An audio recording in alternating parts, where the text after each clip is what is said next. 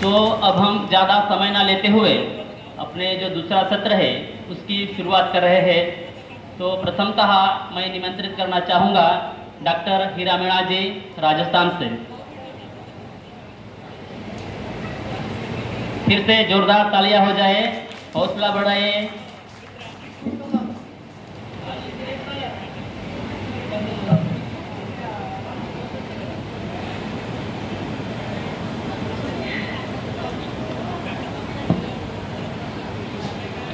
जय सेवा, जय जोहार, जय आदिवासी और आप सबकी जय हो। ये पहले महिला आदिवासी सम्मेलन के हम सब हस्ताक्षर है, गवाह है कि ये सम्मेलन गढ़चिरौली में हो रहा है। गढ़चिरौली महाराष्ट्र का वो सेंसिटिव इलाका है जिससे सरकारें भी कांपती है यहाँ आने से, और यहाँ पर पहला महिला साहित्यिक सम्मेलन होना हम सब के लिए, पूरे भारतवर्ष के आदिवासी समाज के लिए बहुत गर्व की बात है कि हम सब महिलाएं इस गढ़चिरौली में अपने साहित्य के साथ, अपनी भाषा के साथ, अपनी संस्कृति के साथ, अपनी अस्मिता के साथ बड़े शांतिपूर्ण तरीके से यहाँ ये सम्मेलन का आयोजन कर रहे हैं। ये बहुत बड़ा ऐतिहासिक मुकाम बनेगा, ऐतिहासिक इमारत बनेगी। हम आदिवासी महिलाओं के साथ पूरे आदिवासी समाज और भारत की जो विभिन्न संस्कृतियां हैं, विभिन्न भाषाएं हैं, विभिन्न भौगोलिक विविधताएं हैं, वो विविधताएं और उन विविधताओं में एकता, हम आदिवासी पूरे संसार को ये संदेश देते हैं।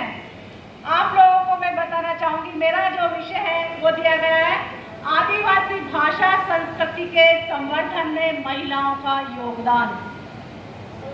ये विषय हमें यूनेस्को ने भी दिया है। 28वें आदिवासी भाषा दशक के दौरान आदिवासी भाषा दिवस 9 अगस्त 2022 में जो थीम दी गई थी, उस थीम का विषय था प्राकृतिक या परंपरागत ज्ञान के संरक्षण और प्रसारण में आदिवासी महिलाओं की भूमिका। तो सोचिए, आदिवासी महिलाओं को ही परंपरागत ज्ञान की भूमिका के लिए स्पेशल क्यों थीम दी गई उन्होंने? क्योंकि आदिवासी महिलाएं वो महिलाएं हैं जो संसार के सबसे प्राचीन ज्ञान को अपनी पीढ़ी से दूसरी पीढ़ी, यानी दादी से दादी, दादी से दादी या नानी से नानी, नानी से नानी सहेजती लाई है। हजारों लाखों सालों से सहेजती लाई है। उसका उदाहरण हमारे पूरे भारतवर्ष में प्राचीन पर्वतमाला जो अरावली कहलाती है, उसके शैल चित्र खुद बोल रहे हैं, भीमबेटका के शैल चित्र खुद बता रहे हैं, बस्तर के शैल चित्र खुद बता रहे हैं। और उनकी जो समानता है वो हमारे पुरखों की सोच है, जो ज्ञान है, जो संवर्धन है, जो जीवन और जीने की प्रेरणा है, प्रकृति के साथ जो सहजीवी संबंध है, उन संबंधों की स्थापना करते उनके टोटम की जो व्यवस्था है वो सब उन चिन्हों में आपको देखने को मिलती है। और आदिवासी महिलाओं ने उन सबको सदियों से सहेजा है और सहेज कर आज आपके सामने गढ़चिरौली में भी उपस्थित है, जहां साहित्य अकादमी के जो सचिव है उन्होंने हाथ खड़े कर दिए थे कि सरकार ने हमें मना कर दिया है कि वो संवेदनशील इलाका है, उसमें हम फंडिंग नहीं करेंगे। सोचिए, ये आदिवासी क्षेत्र है, आदिवासी महिलाओं के साहित्यिक सम्मेलन के लिए उनसे सहयोग माना गया था, लेकिन उन्होंने कहा कि सरकार ने कहा कि वो संवेदनशील इलाका है, वहां फंडिंग नहीं करेंगे। तो हमारे नाम से जो जनजाति गौरव दिवस मनाया गया है वो क्या था? क्या था वो जनजाति गौरव दिवस? जब जनजाति को फंडिंग नहीं हो रही, साहित्य के क्षेत्र में नहीं हो रही, और हमारे नाम से बहुत सारी योजनाएं और बहुत सारे चीजें चलती रहती है। अभी आजादी का अमृत महोत्सव चल रहा है और देश बड़े जोर शोर से मना रहा है। सोचिए, इस देश को आजादी में 75 साल हो गए, लेकिन हम आदिवासी पहला आदिवासी महिला सम्मेलन यहाँ गढ़चिरौली में अपने सामाजिक सहयोग से कर रहे हैं।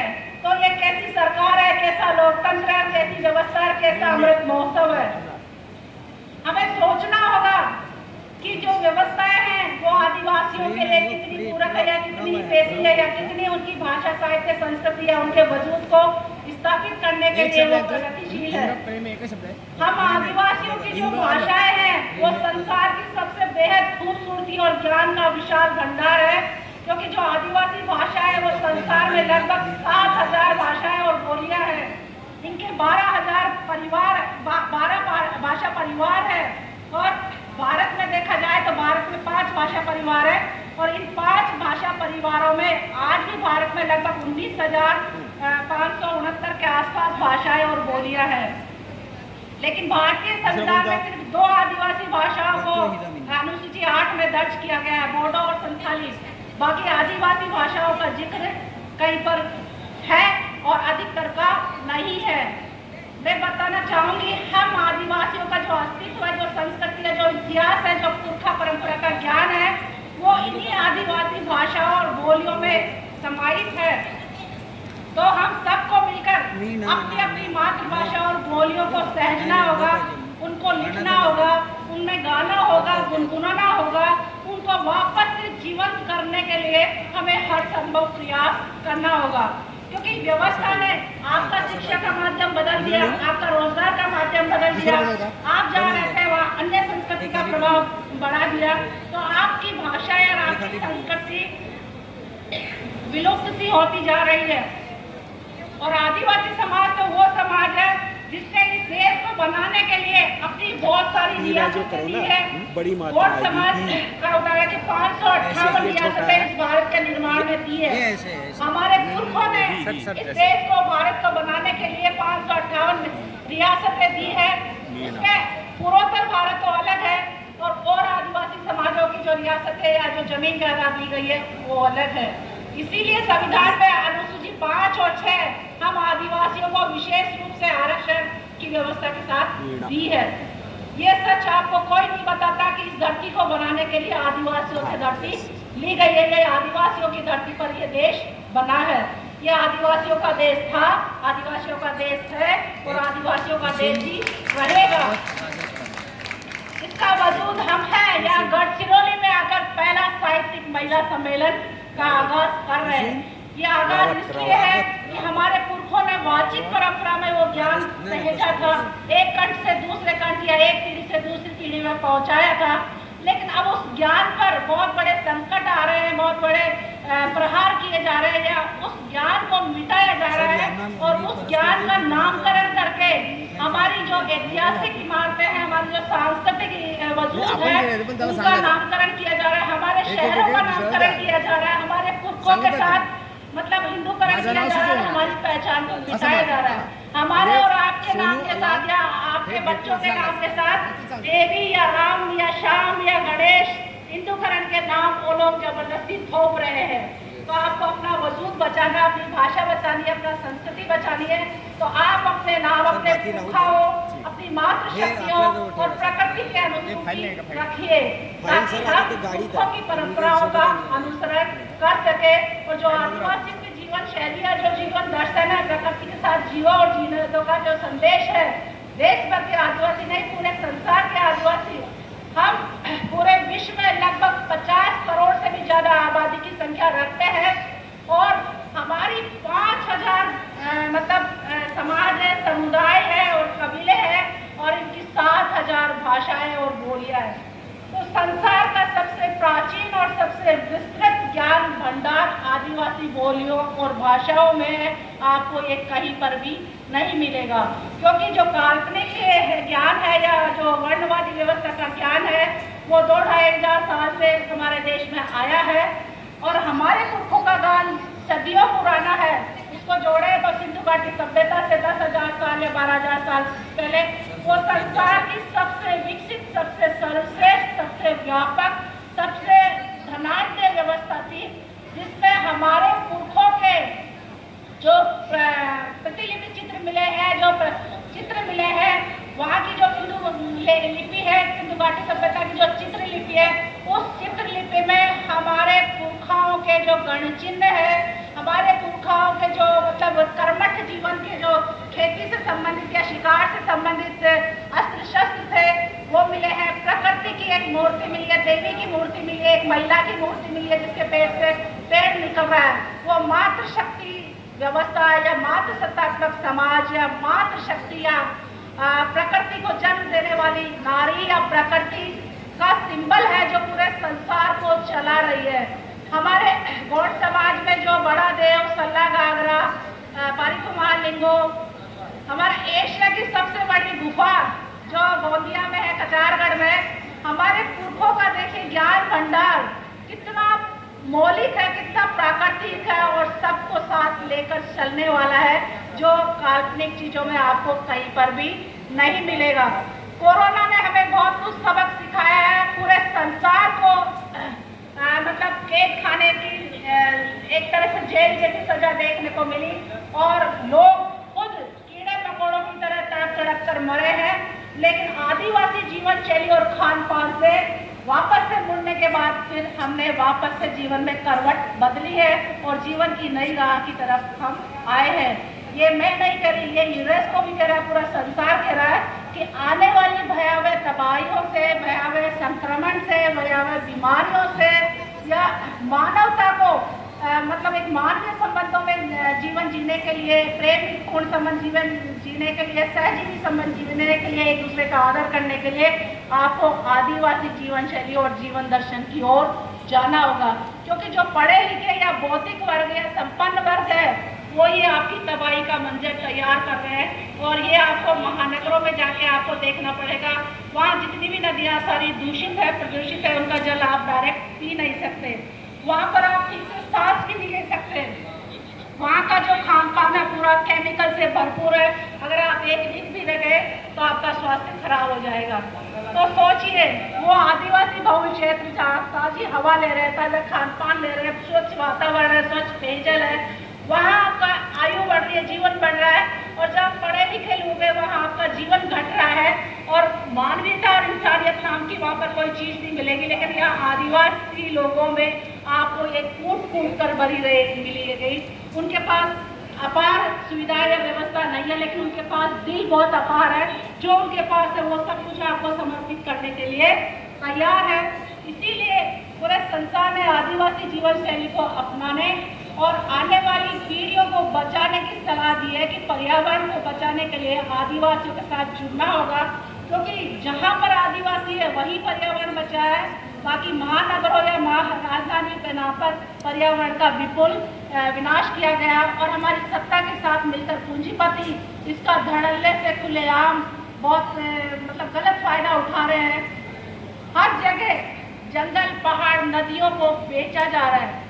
आपको राष्ट्रवाद और धर्म और संस्कृति की शिक्षा दी जा रही है। देश पे घंटे बजाए जा रहे हैं, आपसे थाली बजवाई जा रही है, ताली बजवाई जा रही है, लेकिन आपको ना तो स्वास्थ्य की कोई सुविधा दी जा रही है, ना रोजगार दिया जा रहा है, ना आपके बच्चों को लिए शिक्षा की कोई व्यवस्था दी जा रही है। जबकि शिक्षण संस्थान सारे बेच दिए गए हैं। सरकारी संस्थान जिसमें हमारे और आपके बच्चे जाते थे उन संस्थानों को भी बेच दिया गया है। फिर भी आपको राष्ट्रवाद के नारे लगवा रहे हैं या राष्ट्रवाद का आपको पाठ पढ़ाया जा रहा है। सोचिए, जब सरकारी संस्थान बिक गए तो कौन सा राष्ट्र है? ये आए थे, बोलते थे मैं चाय बेचने वाला हूँ या चाय वाला हूँ, तो इस चाय बेचने वाले ने और उसकी टीम ने पूरे देश को बेच दिया है। यह हमें राष्ट्रवाद, गाय, गोबर, राम के सपने दिखा कर हमारे वजूद को मिटाने में लगे हुए हैं और खास तौर से आदिवासी समाज के वजूद को। क्योंकि आदिवासी समाज वो समाज है जो इस जल जंगल जमीन और इस धरती का मूल मालिक रहा है, या वो इस मालिक का सहेजने वाला रहा है, या पहरेदार रहा है, या संरक्षक रहा है।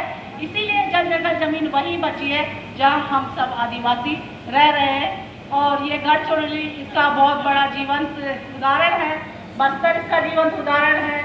आप बेलाडीला चले जाइए, उड़ीसा चले जाइए, देश में कहीं पर भी चले जाइए, आपको आदिवासी जीवन शैली, आदिवासी समुदायों के साथ प्रकृति भी आपको भरपूर रूप में मिलेगी। कश्मीर में 270 हटाकर हम सबसे देश प्रेम की वाहवाही लूट ली, लेकिन जो 271 है हमारे आदिवासी बहन भाइयों के ऊपर, वो बहुत बड़ा खतरा सरकार द्वारा लाया जा रहा है। 271 में हमारे जो पूर्वोत्तर के राज्य हैं, या अनुसूची 6 वो आती है, अब उसमें भी बदलाव के संकेत दिए जा रहे हैं। हमारी अनुसूची 5 और में भी काफ़ी बदलाव करके आपको जनजाति गौरव दिवस या 15 नवंबर 2022 के नाम पर आपको पैसा कानून खाली करके दे दिया गया है। तो सोचिए आपकी शक्तियाँ कहाँ बची है, क्या व्यवस्था बची है। तो आपको अपनी भाषा, अपनी संस्कृति, अपनी अस्मिता, अपने वजूद, अपने पुरखों के बलिदानों के साथ आने वाली पीढ़ियों के वजूद को बचाने के लिए साहित्य के रूप में और उनको लेखनबद्ध करना होगा जो पुरखे हमें विरासत छोड़ के गए हैं, क्योंकि हमारी विरासत के साथ बहुत बड़ा खिलवाड़ हो रहा है। हर जगह पे हर तरीके से साम दाम दंड भेद, हमारे क्षेत्रों में कई हजारों संगठन इस तरीके से घुसा दिए गए हमारे अपने ही लोगों के द्वारा, मतलब माइंड वॉश करके हमारे अपने ही लोगों को इस तरीके से इस्तेमाल कर रहे हैं कि उनको वास्तविक पहचान से मतलब भटकाया जा रहा है कि वो क्या है। हम आदिवासी थे, हम आदिवासी हैं और हम आदिवासी ही रहेंगे। हम आदिवासी वर्णवादी व्यवस्था में नहीं आते, हिंदूवादी व्यवस्था में नहीं आते। वर्णवादी व्यवस्था हिंदुओं की व्यवस्था है जिसमें ब्राह्मण, क्षत्रिय, वैश्य, शूद्र 4 वर्ण हैं। तो आप इन 4 वर्णों में कहीं आते हैं? नहीं आते ना। इसीलिए ब्रिटिश गवर्नमेंट ने हमें 1841 से लेकर और 1941 तक या 51 तक हमें जनगणना कॉलम कोड दे रखा था, जिसमें हम आदिवासियों की जनगणना होती थी। लेकिन देश में संविधान के नाम पर या आज़ादी के नाम पर हमें जनजाति के रूप में दर्ज करके संविधान में हमारी पहचान एसटी के रूप में दर्ज की गई और 61 में वो जनजाति का जो कॉलम था वो भी खत्म करके अदर्स का डाला गया। फिर वो अदर्स का कॉलम भी हटा दिया गया है। अब सिर्फ हिंदू, मुस्लिम, सिख, ईसाई, जैन, बौद्ध ये कॉलम बचे हैं। हमारे और आपके लिए कोई कॉलम नहीं है। इसीलिए जो भी हम फॉर्म भरते हैं स्कूल का, कॉलेज का या किसी कागजात का, जमीन जायदाद का या सर्विस का, उसमें एक कॉलम आता है आपके धर्म का। तो हमारे पास कॉलम नहीं है, इसीलिए हम हिंदू को टिक करते हैं। अगर वो फॉर्म में टिक नहीं करेंगे तो वो फॉर्म कहीं भी एक्सेप्ट नहीं होगा और आगे की कार्रवाई आपकी वहीं पर ही रुक जाएगी। इसीलिए पूरे देश भर में मैं मैडम को सल्यूट करना चाहूँगी जो डॉक्टर जोराम यालाम अरुणाचल प्रदेश से आई है। वो पहली महिला है जिन्होंने अरुणाचल से अपने सीएम को ज्ञापन दिया था कि हमें ट्राइबल कॉलम चाहिए। दूसरी महिला मैं खुद हूँ राजस्थान से। मुझे बेहद गर्व है कि मैं इस आदिवासी समाज की एक कड़ी के रूप में बनी हूँ और पुरखों की आबो हवा ने मुझे वो शक्ति या वो दी है हुनर कि मैं सबको जोड़ रही हूँ और ट्राइबल कॉलम की मैं डिमांड कर रही हूँ। तो आप और हम सब मिलकर आदिवासी साहित्य महिला सम्मेलन के साथ हम अपने पुरखों के बलिदानों, उनके संघर्षों और हमारे अपने व्यक्तिगत जीवन संघर्षों, हमारे प्रथम सत्र में जो महानुभाव, जो महान वीरांगनाएं बैठी गई थी, नजुबाई गावे, वो अपनी नंदाबाई भील, मैं सलूट करती हूँ ऐसी वीरांगनाओं को कि वो जंगल पहाड़ में रहकर अपनी संघर्ष, वो मैडम सामने जोहार करती हूँ, सेवा जोहार करती हूँ मैडम। मैं बहुत गौरवान्वित हूँ आप सबसे मिलकर। आप सबसे हमें अपार ऊर्जा मिल रही है और इस ऊर्जा में हम आने वाली पीढ़ियों के वजूद को और अपने वजूद को भी स्थापित करके जाएंगे लेखन के माध्यम से भी। और हमारे समाज की राष्ट्रपति के रूप में संथाली समाज से जो राष्ट्रपति चुनी गई है वो हमारे लिए बेहद खुशी का पर्व और गर्व का एक बहुत ऐतिहासिक सिंबल है कि आज़ादी के 75 साल बाद आदिवासी समाज से कोई राष्ट्रपति पद तक पहुंचा है। लेकिन सबसे बड़ी विडंबना है कि आदिवासी दिवस पे उन्होंने किसी को कोई बधाई आदिवासी दिवस की नहीं दी है, क्योंकि वो आदिवासी समाज और आदिवासी वजूद की मानसिकता की नहीं है, वो आरएसएस के वजूद और आरएसएस की मानसिकता की है। वो गायत्री परिवार के इशारों पे चल रही है। इसीलिए उन्होंने राष्ट्रपति भवन में मंत्रोच्चार वाली एक विधिया दिखाई थी। राष्ट्रपति का नाम उनका चयनित होते ही मंदिर में झाड़ू लगवाई थी। तो क्या आप झाड़ू लगाने के लिए बने हैं? व्यक्तिगत काम हमारी महिलाएं सारे करती है, जंगल, पहाड़, नदी, पेड़, जानवर, बड़े बुजुर्ग सबका काम करती है। तो क्या प्रदर्शन के लिए करती है? वो सब कुछ करते हुए कोई प्रदर्शन नहीं, लेकिन राष्ट्रपति ने वो प्रदर्शन किया कि आपको हिंदूवादी व्यवस्था में ऐसे धीरे धीरे डाला जाएगा। हमारे पुरखों ने बहुत बलिदान दिया है, इसीलिए आदिवासी क्षेत्रों में सबसे बड़े बलिदान स्मारक बने हुए हैं। 250 आज़ादी के 250 साल पहले से हमारे पुरखे लड़ते रहे हैं। इसीलिए 1871 में आदिवासियों के ऊपर क्रिमिनल ट्राइब एक्ट लगा था, किसी और वर्ग या धर्म या संप्रदाय के ऊपर नहीं लगा था। क्यों? क्योंकि वो जो भी कौम आ रही थी उन सबका विरोध कर रहे थे और अपनी अस्मिता और स्वाभिमान के साथ अपनी जल जंगल जमीन को अपने पास रखे हुए थे और प्राकृतिक संसाधनों से वो उनका मुकाबला कर रहे थे।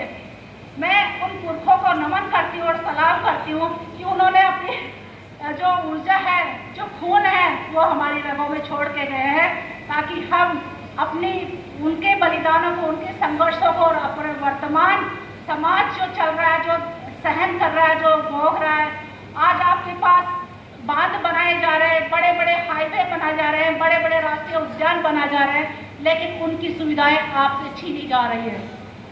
बांध बन रहे हैं तो पानी महानगरों में जा रहा है, या फिर जो फैक्ट्रियां लगा रहे हैं बड़े बड़े व्यापारी, उनके पास जा रहा है, और उनके केमिकल का छोड़ा हुआ पानी आपके घरों की तरफ आ रहा है, ताकि आपको बीमार किया जाए, आपको मौत के घाट इस तरीके से धीरे धीरे उतारा जाए।